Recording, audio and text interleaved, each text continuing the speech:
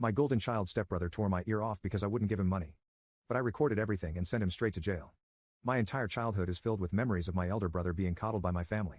My parents are very traditional, and they were certain that my brother would take care of them while I would turn out to be a failure. They would take him to the movies but tell me that I needed to stay home and study. I remember he got the new Game Boy for his 8th birthday, and I wanted the same thing because he would never share it.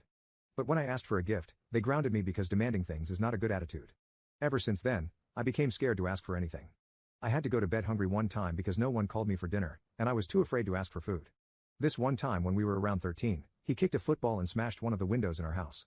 He knew that our dad was very strict about playing football inside, so he told them that it was me who broke the window.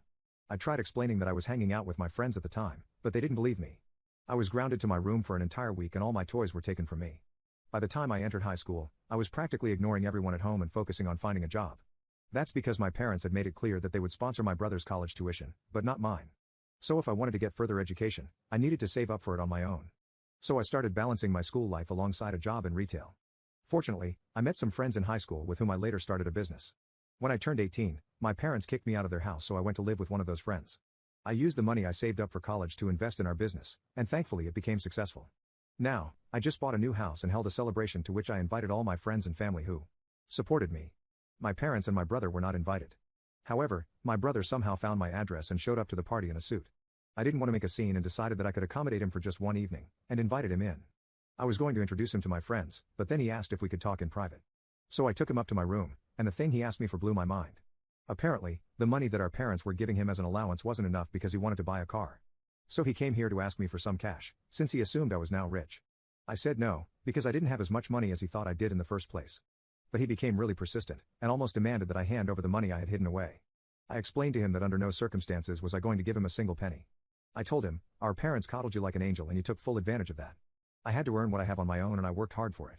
I thought you came here to congratulate me and to apologize for the past, but you exceeded all expectations. I'm not going to give you anything because frankly, you don't even deserve it. Well, he didn't like that I was finally talking back to him. He started getting physical and began pushing me around, saying that he would do something drastic if I don't do as he said. But I still refused, so he grabbed onto my ear and pulled on it hard. He was always a strong kid, so as an adult he had enough strength to tear half my ear off. I let out an involuntary scream as my blood splattered all across the carpet. The guests rushed in and started yelling at my brother, who then got really scared and tried to run away. Some of my friends caught him and were going to hold him down, but I told them to let him go and just take me to the hospital. They questioned my actions, but I had solid reasons for it.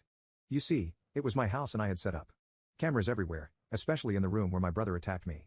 I knew he was just going to run back to our parents and deny everything, but the police would believe the evidence I had. I got my ear reattached and immediately contacted my lawyer, who contacted the local cops and had them arrest my brother. I imagine that he was taken straight to jail and my parents weren't able to stop it from happening. But I am not done. I am also planning on suing him for the hospital bill and emotional trauma, which would most likely be successful after an arrest on his criminal record.